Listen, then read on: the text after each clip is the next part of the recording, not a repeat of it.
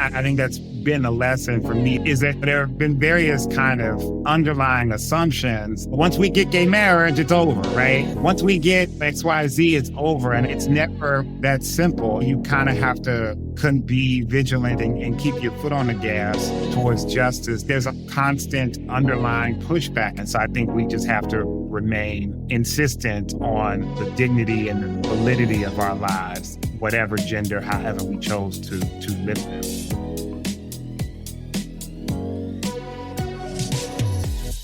Hello and welcome to Power Beyond Pride, a weekly queer change-making podcast bringing you voices and ideas from across our fierce and fabulous spectrum to transform our world.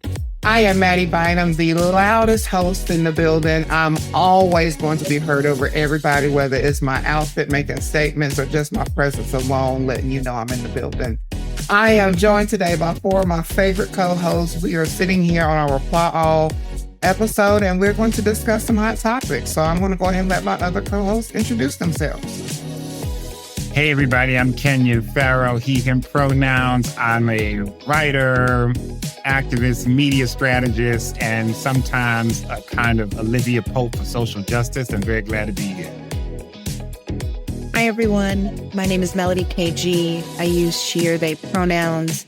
I'm an artivist, provocateur, writer, consultant, nonprofit leader, Jill of all trades, based in Minneapolis, and here to set the world on fire. I love it. I'm here. I'm Shane Lukas, he, him, his, a lifelong activist, harm reductionist, owner of a great idea. And I feel like a pope in my own way, in that I'm definitely very gay. I definitely like to wear big robes and knee pads. So once a month here at Power Beyond Pride, we gather together in what we call Reply All, where we focus on issues or questions impacting activists, share insights from our own work across communities, and take questions from the Power Beyond Pride mailbox or mail slot. It depends on which of your hosts you're talking to. We call it both now.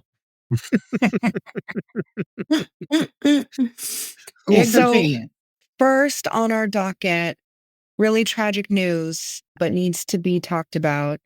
Our community lost an incredible leader, icon, trans and sex worker activist, Miss Major.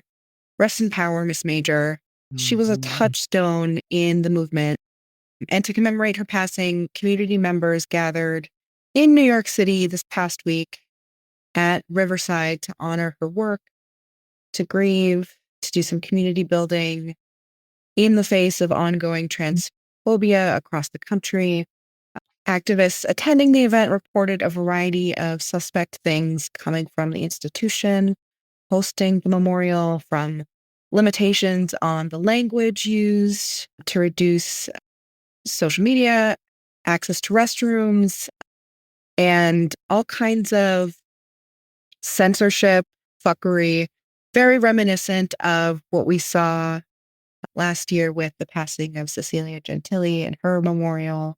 So just want to say thank you so much to Miss Major and to all of the folks in her immediate family of activists and community who supported her through her transition on. We will miss you so much. Rest in power indeed. Rest in power indeed. It's interesting. Reports are just coming out early, just from social media, a lot of informal attendees, activists who've attended the event, really speaking up a little bit about some of the controls at the ceremony, which is reminiscent, or at least the cause of it is being cited as coming as a result of what happened in 2024 with Cecilia Gentili's memorial. There were concerns. It was at that time held at St. Patrick's Cathedral. As a former or current, I can't speak, I don't know if either of you knew, Cecilia Gentili had certainly a history in Catholicism, and certainly it felt like honoring her memory, that was an appropriate venue.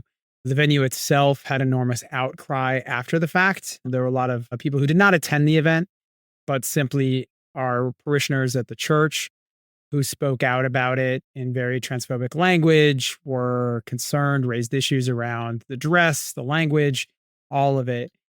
Really, in many ways, I think taking away from a variety of really larger issues around, obviously, the loss of the trans leaders. When we talk about the number of trans leaders we have lost at a younger age.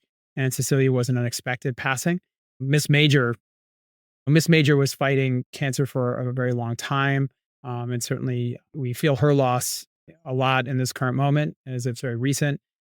But it was really reminiscent of a lot of transphobic language that the institutions raised. So how can faith communities that say they stand for love, especially ones that are coming from more progressive spaces, how can they show up for queer community members, both in life and death?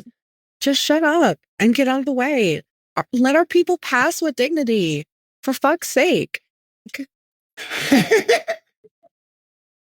I get you, Melody. I definitely do. I think when it comes to this topic, I think there are definitely two sides to the conversation. But the overall for me, I would think is let a person be honored. Like it's not about like when I was thinking about the Cecilia service, my only issue that I think I had raised a concern about was not who she was or how she identified. It was if a person identifies as atheist, why have it in a religious build? You know what I'm saying? So when it comes to that perspective, I don't think that was a smart move in a sense. However, how people have an issue with why would you have it here? If they believe in spirituality, that's not my place to tell them they can't be here. They can't have it here. So I agree with Melody. Move out the way. Let it be done if that's what they believe. That's who they were. If they were a spiritual or that believed in some type of, leave it alone. Yeah, I think part of the outrage about this specific is because it's Riverside Church, right? Which just has a long history as a very progressive church. I actually organized a faith-based event early in my kind of organizing work in 2005 that was specifically about challenging homophobia and transphobia through a kind of a faith lens. It was called the Revival Initiative. And to see this specific institution respond this way, I think is part of what people were particularly incensed about. I mean, Cecilia, and I also say too, to be transparent, like Miss Major was a friend and kind of mentor of mine.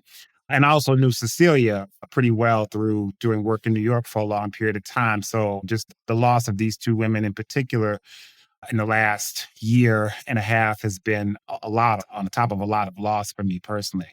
So there's that. But I think different from, say, like the St. Patrick's Cathedral with Cecilia, that particular church has a history of just homophobia and transphobia. If we think about the ACT UP action that happened at St. Patrick's Cathedral, the same church in 1989, and 35 years later, see basically nothing has changed in the way Cecilia's memorial was held there, I think says a lot about how far we have to go. And I think the other thing, I kind of thought of two other things in relationship to this situation. One is not so much about church specifically, but about the way family or institutions shape or kind of try to detrans people even in death. Is the case of Girl Lala, who was a Black trans woman who died recently.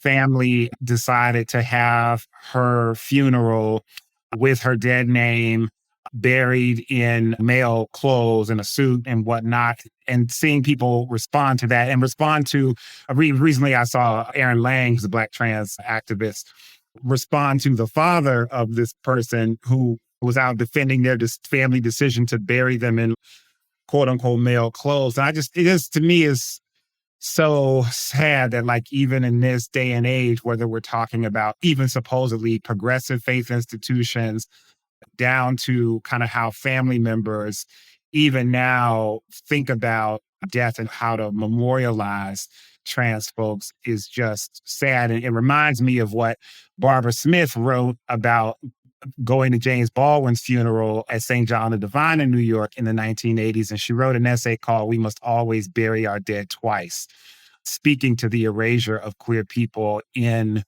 funerals and the way that those of us who knew them have to go in those spaces and show up and sometimes be met with lies and versions of people that didn't exist or only kind of half truths about their lives in order to placate some of the living is still where we are, unfortunately.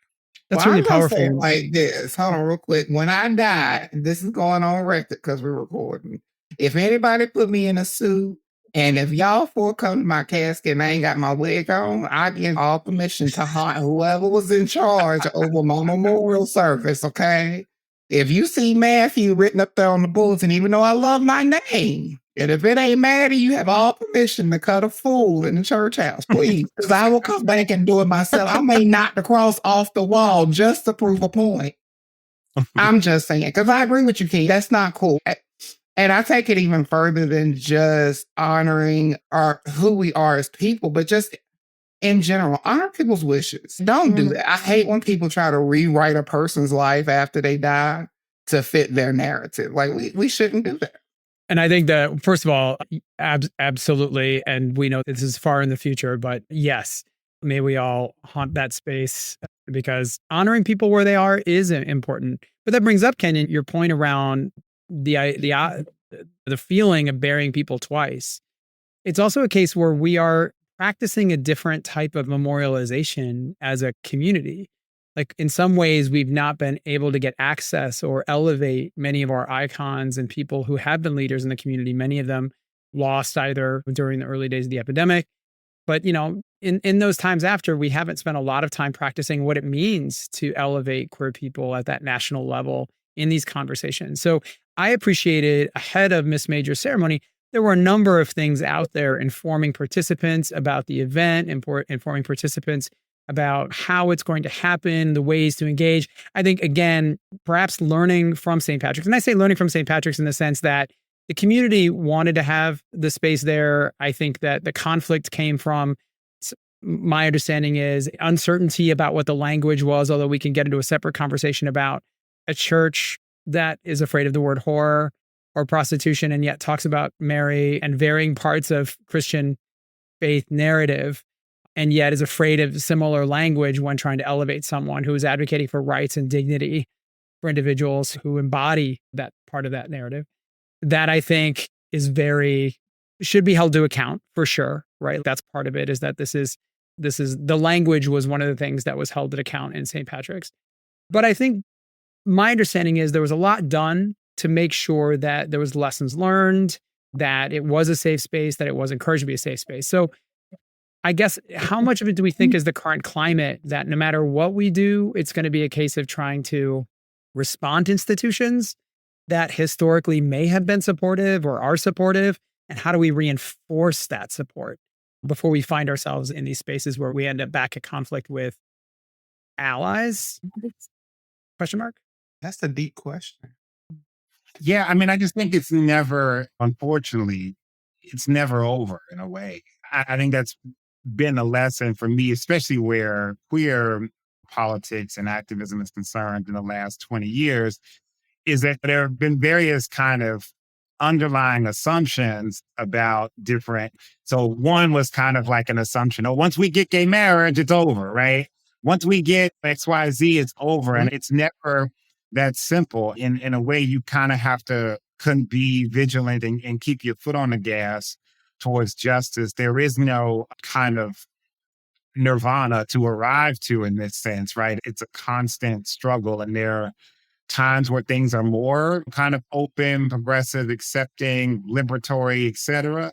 And then there's a constant underlying pushback. And if you allow that sort of pushback to gain traction and to gain power, to then leverage over people's lives, you end up back at square one. And so I think we just have to remain insistent on the dignity and validity of our lives, whatever gender, however we chose to live them.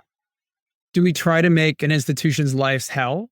If you pardon my use of heaven and hell, but is our job then, as activists, as community members, then to lay that accountability out at the feet of the conversation aggressively?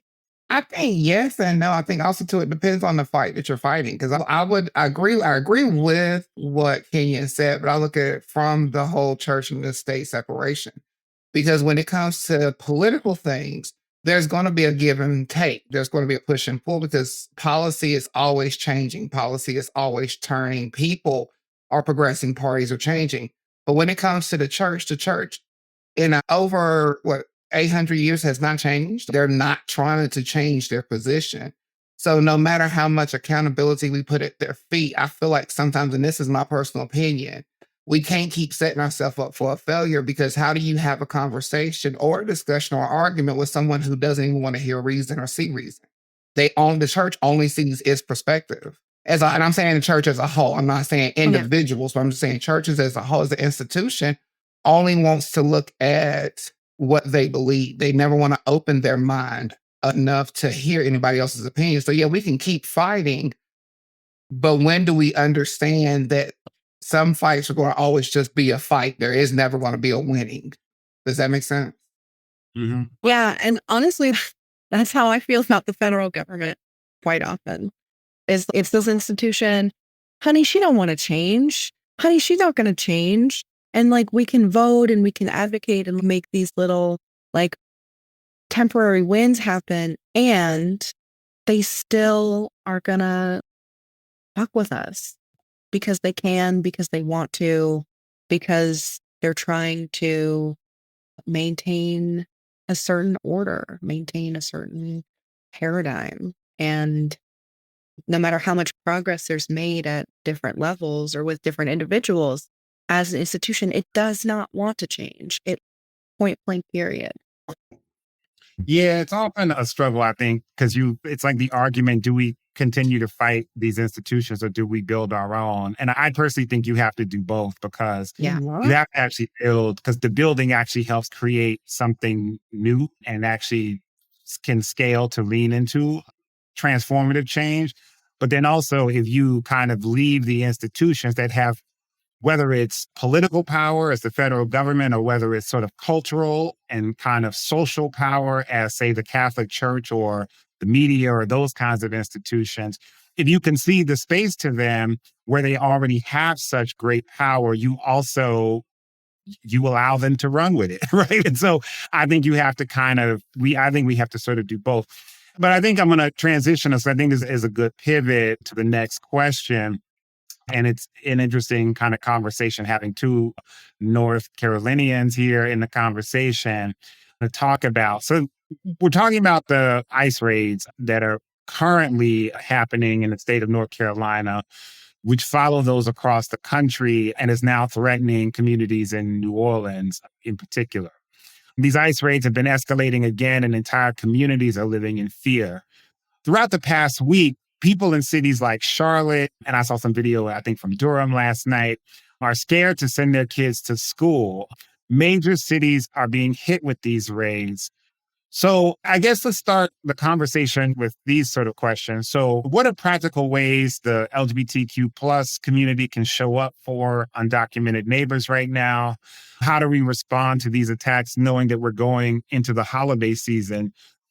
And this is the time when people start to get together, right? And as we're seeing with a lot of these raids, like, they're particularly targeting places where people get together. They're targeting schools, they're targeting churches, they're targeting places where groups outside of Home Depot and these sort of places where they are known that they're going to be, particularly Latinx folks, but certainly immigrants are going to be. So we'll start there and we'll open it up. I would say this though, real quick, Kenyon. We do need to go to break real quick. So when we come back, can we start with this topic? Because it is a really good topic that we need to discuss and go into. So as you are listening to Power Beyond Pride, do not turn that station, or do not, well, I mean, I guess it is a podcast. I'm such a radio head. But don't go nowhere. Just stay right here, because this is a topic that is worth waiting for. We'll be right back.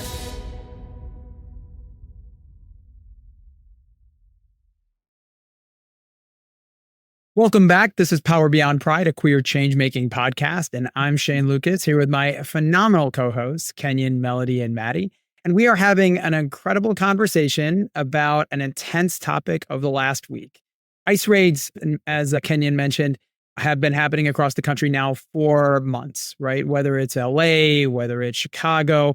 And this past week, it's hit those of us in North Carolina. So I'm here in North Carolina. Mattie and I are both here in North Carolina. And it's going on its way down to New Orleans, where one of our co-hosts, Daniel, is based. And so we are seeing this stuff firsthand, as many across the country are seeing it. We're seeing families stay home. We're seeing fear in the conversations. I'm getting notifications from a variety of people. And the question Kenyon asked right before we went to break was, what can queer community members do in this current moment? How can we respond?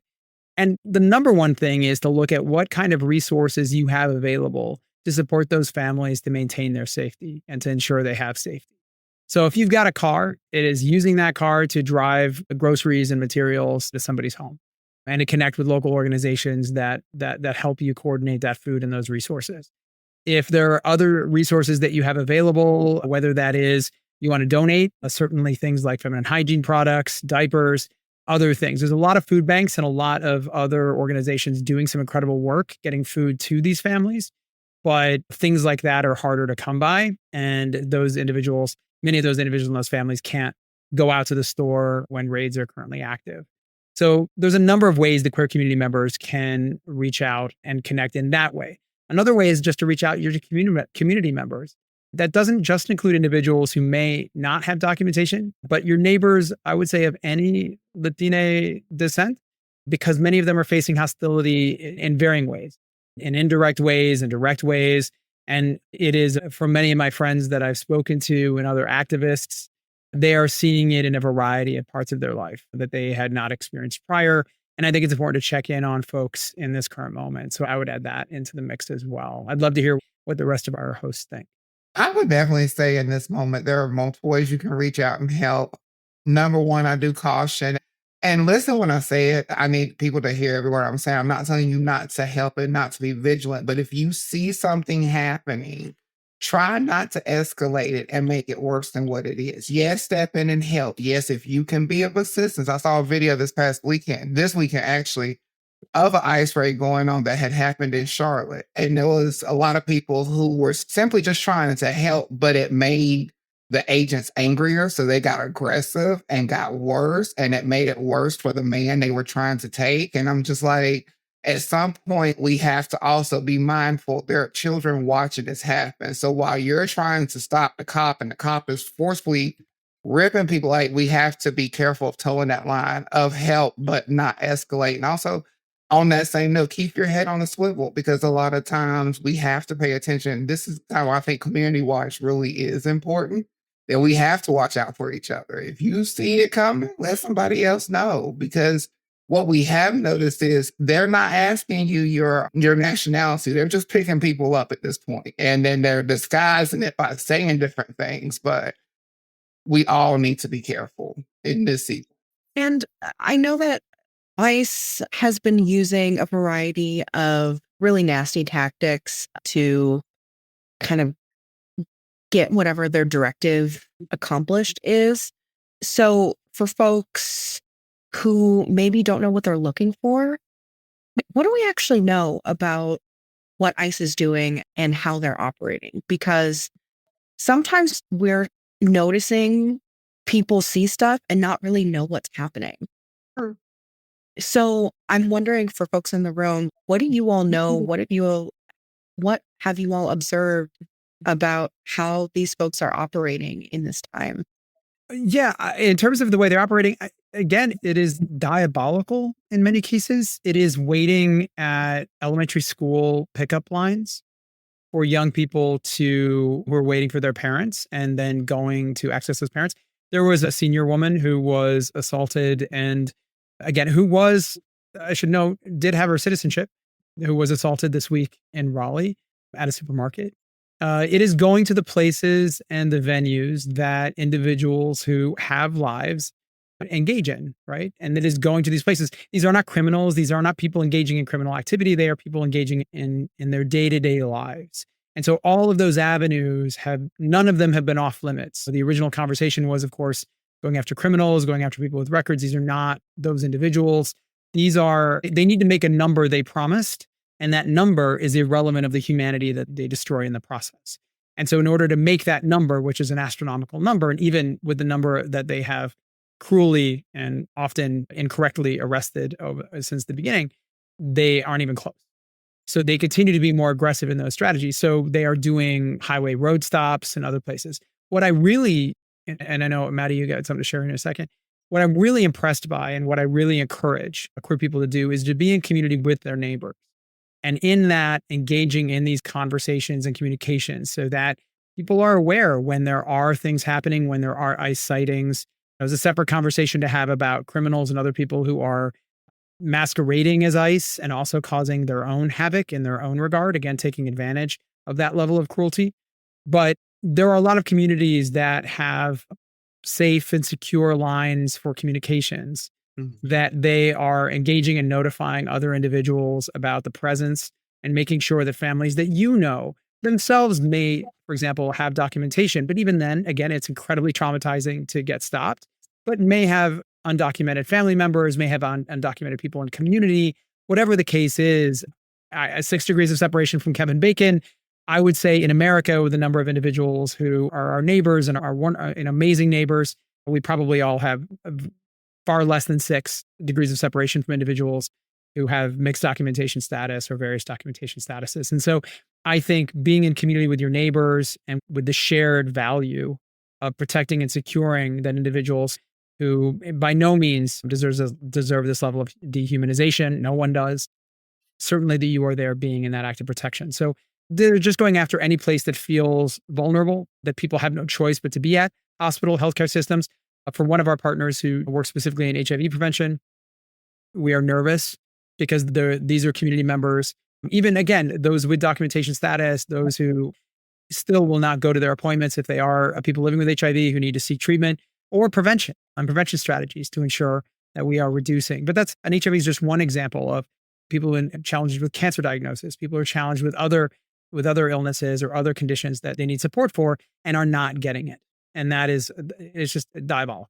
And I was going to say real quick, Melody, to answer your question, 2 things I do know for sure is I know in Charlotte and in North Carolina, this is something I've been talking to some of my family and friends in Charlotte. Pay attention to your community, because what ICE is doing is coming 2 or 3 days ahead. So if you see cars that look suspicious, like Dodge Caravans is what they're driving, Suburbans, Expeditions. So if you see cars that don't make sense and you know that you have population in your community, start letting people know, hey, be mindful. This car's been sitting here for 2 or 3 days. I don't know who that is. It don't belong to anybody on this block. And then also, too, a good one I heard from the news was in Charlotte, especially in Charlotte, they were telling people if you have court cases that are scheduled within this month or next month for your status, unless your lawyer calls you first, do not come to the courthouse. That your lawyer should contact you and escort you to court, but don't just show up at the courthouse. So those are 2 things I do know that we can do, is keep vigilant. And also, if you know someone that's going for a court hearing, even if you're not, like, go with them, because the bigger the group, the more people, it can help you out as well. I'm glad you raised that, because that's one of the horrifying places is that there are individuals who are trying to abide by the policies and practices of immigration policy, right? Immigration process. And they are getting punished in this process simply by trying to follow the rules, by trying to follow procedures that they didn't invent, that we gave to them, that we dragged out their court systems, that they're trying to abide by it. And now they're being punished for it. And again, so thank you, Mattie. I appreciate you mentioning the courts, because that's also intense. Yeah. I was going to say too that, so a couple of things. I think one, some of the tactics, while it is kind of raised at a scale and now involving kind of actual military, but if you've lived in a Black community, I'm 51 years old, and at the time in the 80s and 90s when there was a massive kind of funding and expansion of police and the expansion of the U.S. prison system under the guise of war on drugs, we saw very similar things, except it just went through police departments. So they basically gave money to police departments to buy militarized weaponry, surveillance systems, tanks, and helicopters, things of this nature. So Black folks, you probably have seen this if you lived in a major city and was of some level of consciousness from the 1980s onward, right? So some of this is that, but kind of actually just using the actual military and Coast Guard to sort of operationalize. I'm not saying that it's not particularly violent or vile, but they've built this system over a long period of time. Second thing I just want to say as it pertains particularly to what to do. So one is, there are a lot of organizations that are offering kind of trainings right now in cities with folks about what to do around the ICE raids or other issues of complying with various kinds of Trump orders. I know unions like SEIU, I attended a non-compliance training with SEIU back over the summer, and they're doing those all over the country where they have members. There are other organizations that are doing those trainings in cities specifically around the ICE raids. And also now you can go online and look at what they did in Chicago, right? What communities organized, which in some ways people will write about what happened in Chicago, just the history because of how, frankly, ingenious a lot of the kind of organizing was to protect people, to record officers, to unmask them essentially. And also just even seeing queer people in places like responsible, seeing gay men like kind of go up and kind of flirt and kind of make the ICE agents uncomfortable, right? Like in way, like actually using your queerness to get in the way, right? And to make them leave because they're uncomfortable, right? Being around gay men, right? Or whatever, right? So I think there are a lot of different tactics that people are using. But I would encourage people, like there are places people are really offering these kind of trainings both online and in person right now if you're just want to learn about kind of what makes sense to do based on where you are. That's brilliant. Thank you for sharing that, Kenyon. I love that. Can I say one more thing before we move off of this topic? Absolutely. It's out there, this is a thing I want to pose to cities and states. Can we not be like other states and wait till after stuff happens? Like, we need to follow suit with Chicago. Y'all notice how after the ICE raid, Chicago did a mandate to where churches, schools, and hospitals were considered to be safe zones. I don't understand why other states haven't followed suit. Like, why are we waiting until ICE gets here and then all of a sudden we're just having this discussion of what, you know what I'm saying? Instead of waiting for it to happen and then declaring this is a safe zone and you can't come here. Let's go ahead and set this up now because they're coming to every state. Well, Like, to that this note, isn't I'd like to add one thing to that, which is to say that the federal government has challenged the sanctuary city, which some of those sanctuary cities are those that have passed similar processes, and they've said that they would ignore them, right? Schools were also included in that list. Now, again, that hasn't, I don't think that has been aggressively tested because when this happened last time, when we went through this during the first Trump administration, there were churches that did protect and hold, in fact, up to months and I think years at a time, a few individuals who sought protection within the confines of the church. So there is while cities should do that, it certainly suggests, again, their commitment to their neighbors. Because this is federal, to Kenyon's point, because this is federal versus local jurisdiction, it does hold it some different parameters, I believe. Okay. But I do want to, before we go to break, I'd love to get quick thoughts real quick on this, because I think from what I've heard you say, Kenyon and Mattie, just something hints around something that I just want to mention around queer people. Like, I think that there are some ulterior motives to this that go beyond immigration. And I would love to get your thoughts on whether or not you think I'm off the wall here or not. No. But I think it's practice. I think, again, we've seen this before, as Kenyon mentioned, when we saw the criminalization of particularly Black men in urban environments in the 1980s and 90s. I worry that queer people, that there may be, and again, an escalation around anti-trans initiatives, that there are reasons to look at also a legitimization of police forces around voting times to intimidate just around poll access and all that during the election. So those two things feel like to me in the wings, as if this is also a practice of what exercising federal enforcement in this way could lead to. And I'd love to see if y'all think I'm bonkers or whether or not there's some real reasons our queer community should be having this conversation too.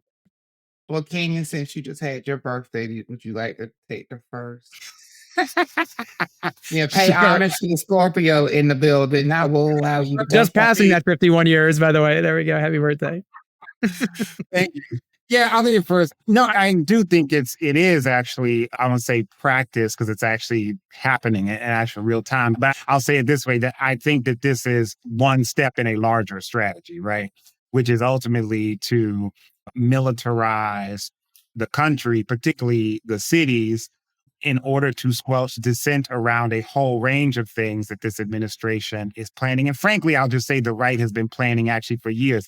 If you look at really since, like, kind of, I would take it back to, there was a march in the late 90s called the Million Youth Movement March in Harlem, where Giuliani really tested out a lot of things that we later saw at Prides in New York, right? So, but prior to that, you could kind of have a march or a rally in New York and not be barricaded in those like big metal gates that they force everybody into along the sides or whatever. And they use that march actually to test a lot of things that then once 9/11 happened, they just instituted writ large in New York, but then also looking at the way in which everything from ICE as an agency, TSA, the Department of Homeland Security, all of these are agencies that were created post 9/11 that are actually the institutions that are the most operative right now. So there's been a long plan of militarizing federal agencies that have long been militarized or used various kinds of policing and surveillance tactics, but like to actually make them more and more acceptable in people's minds. And so you go first after the people that you think large swaths of the population don't care about or who already see as somehow social pariahs, right? And so that is the goal, right? And so just even in something directly impacting me back in January, the first of those executive orders that they issued were about global health programs the U.S. funded through USAID and some other agencies, PEPFAR, et cetera. And so they did that first because they know most Americans don't care or don't know enough about U.S. funding of like global health or development programs to care. And then after that happened and there was very little pushback from people, they rolled everything else the fuck out. And so that went after everything else, CDC to whatever else, name the agency. So this is also it just in general for queer people, white folks, whoever you are, if you accept that this is allowed to happen to somebody somewhere, be sure that it will be on your doorstep sooner than later. And I definitely agree. I would say power is power, and power is always going to fight the opposition. Anything that poses to take away power's power is going to fight against it. And it's funny that you asked this question, Shay, because I always pick at people and say the purge didn't just get to the purge. At some point, we had to have a new founding father to create the new founding fathers. So I say that to say, if what's going on right now don't sound familiar and don't seem interesting to you, I beg you to pick up a book and read it, because this is a precursor to what's to come. This is just the beginning. And like Kenyon said, they start with marginalized communities because they think nobody's going to care about that. They start with things that you don't pay attention. That's why, if you notice, they've been dumbing down education ever since No Child Left Behind was first instituted during the Bush's administration. And they've been leaving every child behind since then, but that was a part of the plan. We have to dumb you down. Because if you know too much and we tell you a lie like they're openly doing now, you can fact check me. So yes, I do think this is a precursor to something different and bigger and worse. Mm-hmm. Melodie, any thoughts before we go to break? I think we said it. I think we said it. Should be on the lookout, folks, and be in community and fight and show up the way that you can. So it's a really scary time. So let's take another short break and we'll come back with a question or two from our mailbag. Stay tuned to Power Beyond Pride.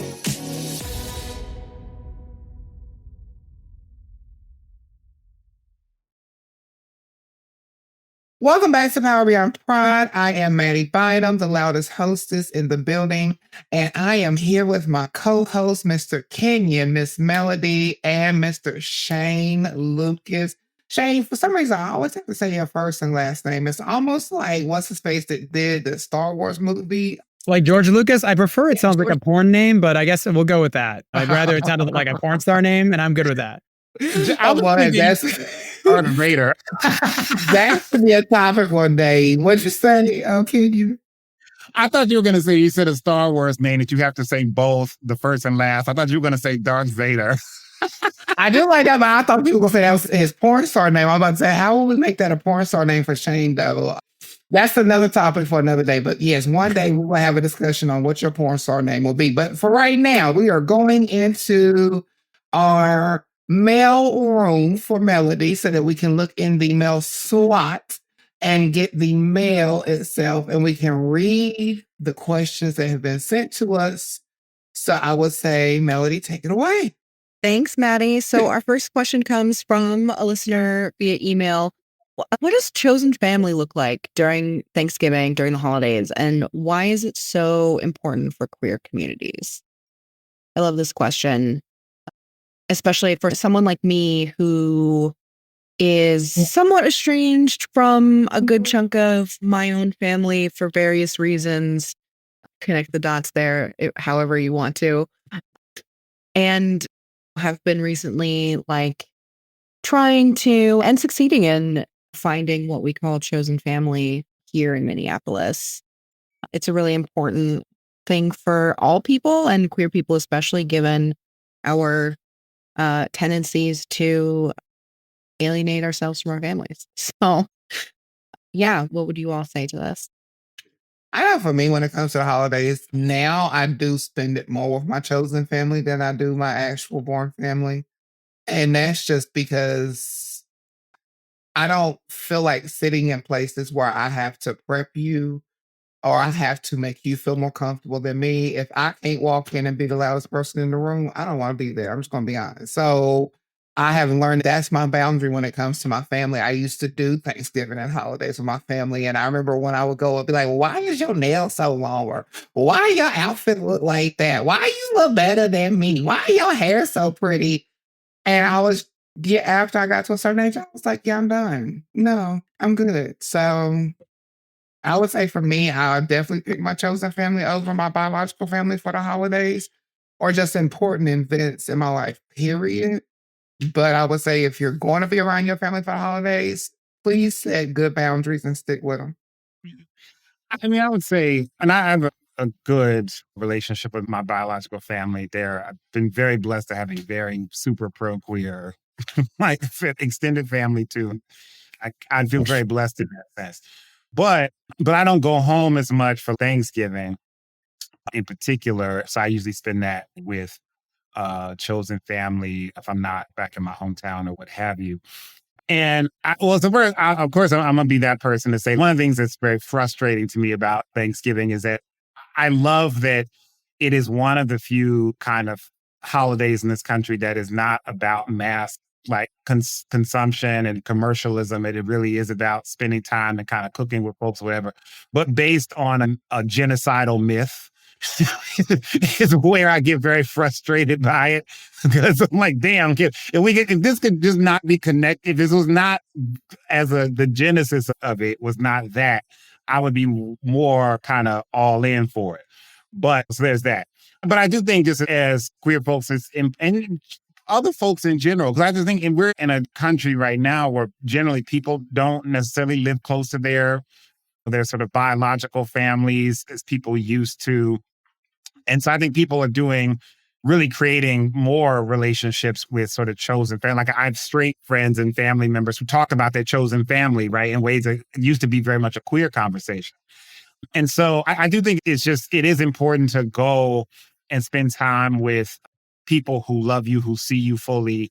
And you don't have to kind of, as Mattie was suggesting, kind of either dim your light or kind of play these games of being back in the closet, whether it's gender or whether it's your sexual orientation or both or what have you, in order to appease other people. Because what kind of holiday is that to have, especially on the mythical theme of Thanksgiving, to then have to be someplace where you don't actually feel welcomed is wild, right? So, if you don't have it, right, then you start to create it if you can. Get with the folks that you can and say, hey, I want to do something. That's why Friendsgiving is becoming a thing. Again, not just even among queer people. I'm starting to see it across the board. People are just figuring out ways like, let's get with our chosen family, even if we're going to do the family thing on the actual date later. I think it's all very important and really healthy.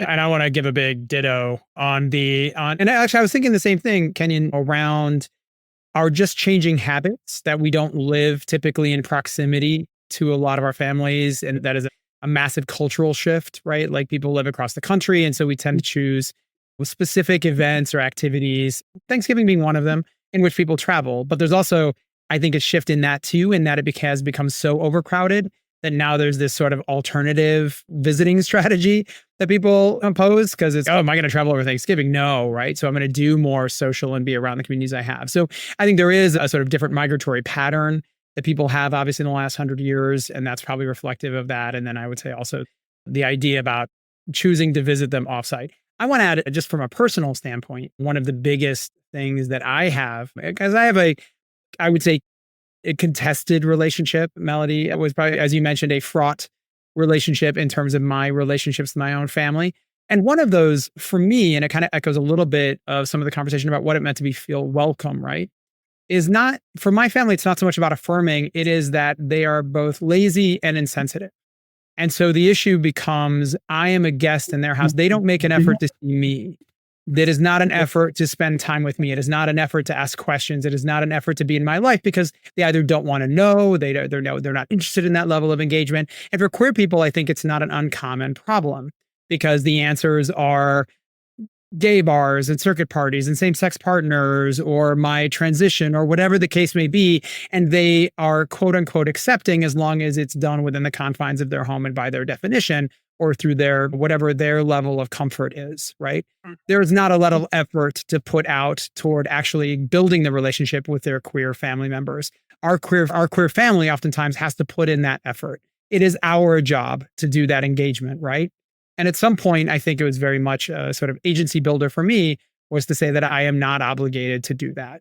It is not my job to put in all the effort. It is not my job to do this. And so I can start to define those boundaries, not just from an emotional standpoint, that I expect to be in an affirming space. I expect you to be respectful of my life, my decisions, my path, but also that if you're not going to make an effort, then I'm not going to expend more energy than I need to maintain this relationship. That is not my job. I think oftentimes it stems from this sense of I'm not worthy of that activity, of that attention.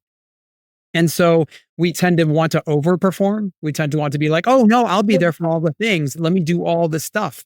And I think that can also be a weight that we do not need to carry.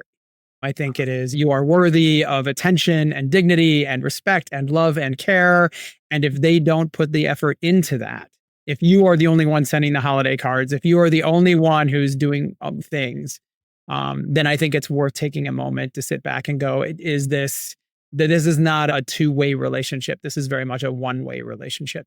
And I can choose to expend that energy in other ways to people who will engage in a much more mutual involvement. So I've certainly chosen family, and that is certainly a priority to me over, I would say, my blood relationships in that context. And that again comes from, I think, a variety of things. I've not faced slurs or any of that from my family. They're very affirming in general, but they are incredibly lazy. I feel like, I mean, a good example is my family has been in North Carolina multiple times and they have never once been to my house. And I've been here for almost 15 years. I've been to their house many times for their things. And so that is a good example of for what queer people experience. That is not an uncommon scenario. Like they will never come to your house because heaven forbid they experience your life in any way or put effort and engagement in that. And that they might accidentally fall on your big black dildo. I mean, they're so scared. That's true. You're not wrong. There you go. And so, yeah, it's where it comes from. I couldn't speak to their experience as to why, but I do know it's not an uncommon experience. And I know that for me, it's one that I had to sort of contend with because it comes back to self-worth. Do I feel I'm worthy of that? And I think when we go to other people's houses as guests, there is a bit of reluctance. And in what way can I be of trans experience? In what way can I be queer? In what way can I be of this experience that doesn't make it awkward over mashed potatoes? Yeah, there's the kind of quiet homophobia or transphobia of it all. It's kind of what you're, I think, getting at. And then, but to another point that you made, that I just thought about was, I was actually thinking about going home for Thanksgiving to Cleveland from California this trip. And I looked at plane tickets back in early October. So we've more than 6 weeks, almost 2 months out. And tickets were like $1,400. Like the amount I have flown to Europe and Africa for that much money. And literally, actually less in some cases. I've flown to Europe for less than what a ticket from California to Ohio would have cost. So this is, I think, is also what's happening, right, to people, like the price gouging of things at this time, especially flights, is another reason why people are just opting out. And I take away from, again, the conversation about kind of homophobia and transphobia in families, creating chosen family as a counter to that. But there's also just the economics of flying at the holidays where they're using AI tools to scale prices if they think you could pay more or whatever the case may be. So I think we're going to see less of that. But I'm going to transition to the next question from our mailbag, which I think we have the audio from, which comes from Allison. So we'll go ahead and play that clip and then get into our response. All right. So for y'all, I'll read the question. So I'm a school psychologist in North Carolina, and my question is, what are some ways that people who work at schools can be affirming to kids who are queer or questioning their identities, given the state of current laws across the U.S.? For example, in North Carolina, there's a law where we would have to tell parents if students want to use pronouns that don't align with the sex that we have in the system, or if they want to use a different name.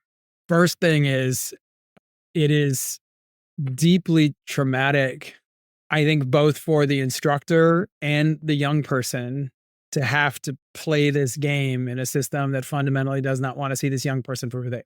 And that is horrifying, because I know a number of educators and their priority is they want to be good educators. And part of that active education is engaging with a student in their best self, right? Is encouraging that student to be their best self. And it's hard to do when you have to engage in this particular way. So to me, there's just a lot of forced trauma in the way the system is set up to be both transphobic and homophobic, really. I'm going to be honest, I think it's counterproductive to have these things in place, because I'm going to be honest, I look at it from the teacher's perspective. Teachers already have a hard time trying to pronounce these names that y'all give these children that don't make no sense, first off. Okay, let's just start there. Y'all got kids in classes that got apostrophes and asterisks and names that they never should have been there in the first place. And then on top of that, Apple, look, let me just going to say this as an example. Let Apple come to me and tell me one day they want to be called a damn tree. Excuse my language. Now I got to call your mama and daddy at home or your emergency contact and say, is it okay if I call Apple a tree because she don't want to be called Apple no more? When does the teacher have time to teach anything? If we're putting up all these hoops for schools, educators, and administrators to have to jump through, we're making it hard for them to do their main job, and that's to teach our children, educate our children. Because you got so many guidelines now. Some people that I know who are teachers, they're like, you can't even really teach. You're just basically reading over what they want you to tell the children at this point. So I think it's counterproductive. And to be honest, the sad part is most of the time while the teachers and schools know this about your child before you do, mom and dad, it's because you don't have an open dialogue with them at home in the first place. And the one person they can turn to is their teacher or their guidance counselor or their principal, who can understand who they are. So yeah, that's my opinion on it. What I find the hypocrisy of it all, or maybe they're actually linked in cahoots with one another, is, so we've been seeing this trend happen in the last few years, right? With states approaching 1,000 kind of anti-trans bills that were introduced in different state houses across the country. Parental rights bills. Yeah. Parental rights bills, or, all these things. My home state, Ohio, one of the which leading the pack, unfortunately. And so you have these like kind of mandating school counselors and psychologists and teachers to report if their student expresses any sort of gender difference than their sex assigned at birth, either in their pronouns, or they want to play with dolls if they're assigned boys, or whatever the case is, like all these kind of things, right? Or they say, I think I'm trans, I think I'm gay, I think I'm lesbian, whatever the case is. So you have this happening. Meanwhile, just this past week in the dismantling of the Department of Education, that you also had the Department of Education issue orders that they were now not going to, that the professional occupations, right, that are jobs that people often go to school for, licensing for, in order to get credentialed to be a psychologist, a nurse, or a school counselor, or what have you, that these are now going to be things that you probably won't be able to get federal grants or federal loan for. And what's interesting to me is all of the ones that they picked are mandatory reporters, right? So, which is to say, professions that which once you become licensed in, either again as a nurse, a psychologist, a counselor, et cetera, you are mandated to report anything that a person tells you about, is particularly children, about violence that they're experiencing in the home or in some other context, right? Whether it be physical, sexual abuse, et cetera, right? Those positions are you're mandated to report. But if you deprofessionalize them, so you actually create a condition where we have fewer of those people in the country who are licensed to do that work, then it means you have fewer people who are mandatory reporters, right? Of particular kinds of violence and targeting, which can include homophobia and transphobic violence and targeting in the home, or et cetera. And so to me, they're going to say that they're contradictory in the one sense that they are mandating reporting around gender identity, right, in particular, but also some of those laws include sexual orientation pieces, while also dismantling mandatory reporting because they're going to take away the possibility of getting certain kinds of federal loans and grants to actually get into some of those jobs that are, when you look at the list, they're all jobs that are mandatory reporters.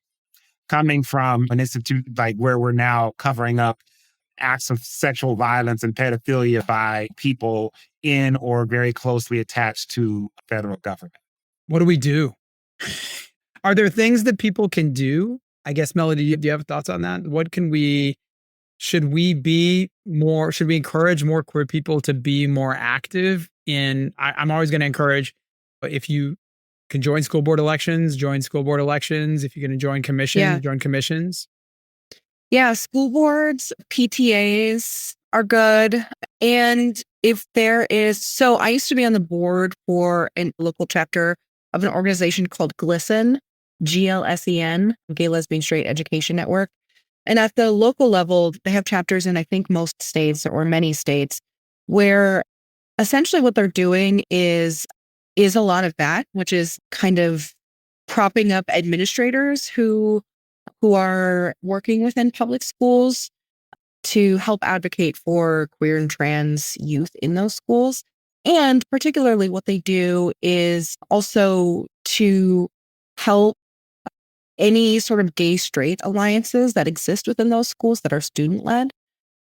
So, also if you're a student or closely connected to public schools, seeing what you can do in terms of strengthening whatever gay straight alliance exists within that school, because I think a lot of the advocacy within that school pipeline tends to come from the GSAs, if there is one, right?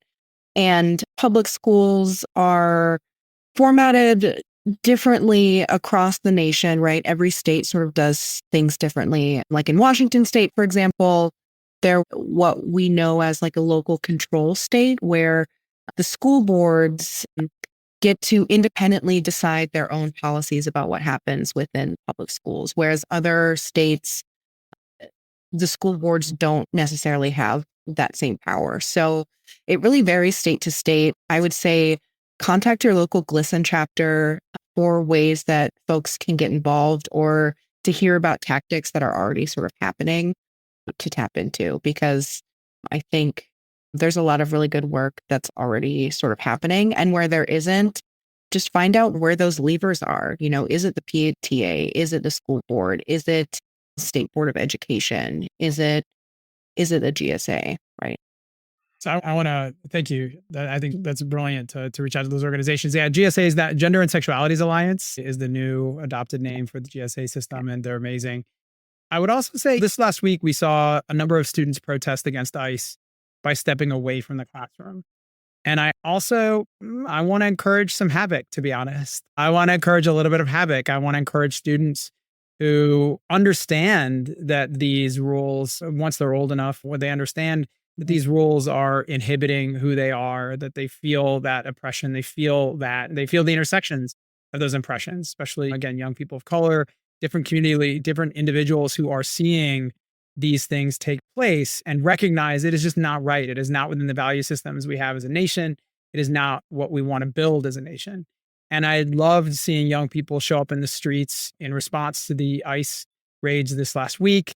And certainly, I think there are ways as elders in the community that you can obviously supporting organizations that support young people, especially affirming organizations that support young people, and then having conversations where you can enact power or where you can show up at local meetings, local events, in addition to what Melodie suggested. But I mean, I would love to see and certainly encourage young people to I think they see the value of organizing. I think they could see it in the ICE response this week. And I'm hoping they also, and I certainly will be a cheerleading member on the side of that conversation to hope that happens. But I do think there are other ways we might have to look at breaking the system in order, because the system is set up to simply not support these young people. So it doesn't help the teacher. I feel bad for the teacher. So I wish there's things that we could do there. But I do hope that maybe youth learning more about ways they can dissent, be for whatever reason. It does not have to be specifically for this reason, that perhaps there's opportunity there too. Well, those are some good questions. Yeah, these are really great questions. And I think all those are great responses. And yeah, I mean, the only thing I would add to that is just ask, maybe record for teachers incidents where this is occurring, and then to also, because being able to track these particular incidents or cases is important for legal cases. So either seeing if your local GLSEN chapter or even a lot of the state ACLUs are fighting these laws, that they may be helpful for them to also get information about what's happening in real time to give them more kind of cases for legal defense or strategies to kind of upend these laws later. So that's it.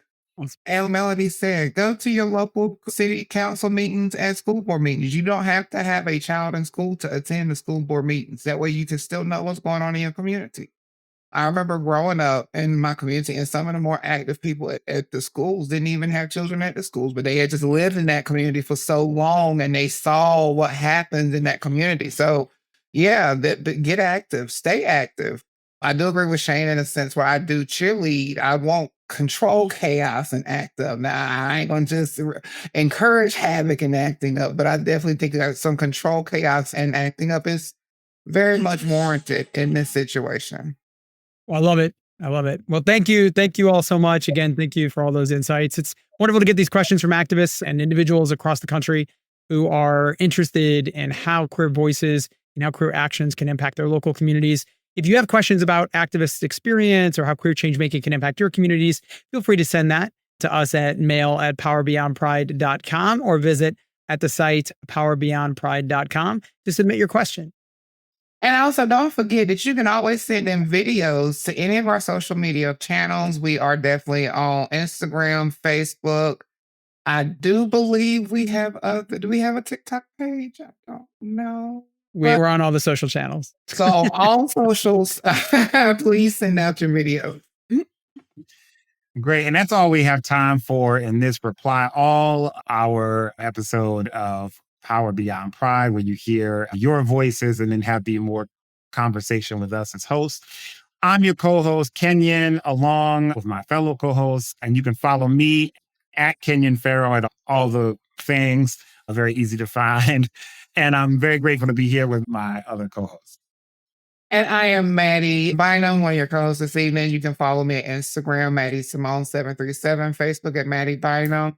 And always remember, please subscribe and get your friends and family to subscribe to Power Beyond Pride on Spotify, Apple Podcasts, or wherever you get your podcasts. And check out our site, Power Beyond Pride, as well. All our information is there. And I'm your co-host, Melodie KG. You can follow me on Instagram at Melodie KG, on Substack at melodiekg.substack.com, writing The Harm Reduction Lens. Power Beyond Pride is a project from A Great Idea, which is a queer-owned design and content agency. You can learn more about them at agreatidea.com. And I am your fourth co-host, Shane Lukas. And I am, a ginger rabble rouser, apparently. I'm gonna foment all that dissent, people. Get out there. And you can follow me at my socials, ShaneLukas.com. And you can also follow me through all of the greatidea.com channels, at Great Idea channels. And this episode is produced by me. Hi, it's nice to see everybody. And Mattie Bynum is the project developer. Hi, Mattie. And our editor is the wonderful Jarrett Redding, with support from the phenomenal Ian Wilson. We are all a part of this podcast, awesome host team, and we have other hosts and just want to shout them out as well. Remember to send in your questions and comments at powerbeyondpride.com. And check out our new episodes each week on Tuesday as we look forward to queer change making with you on the next time. We thank you again for being with us here at Power Beyond Pride.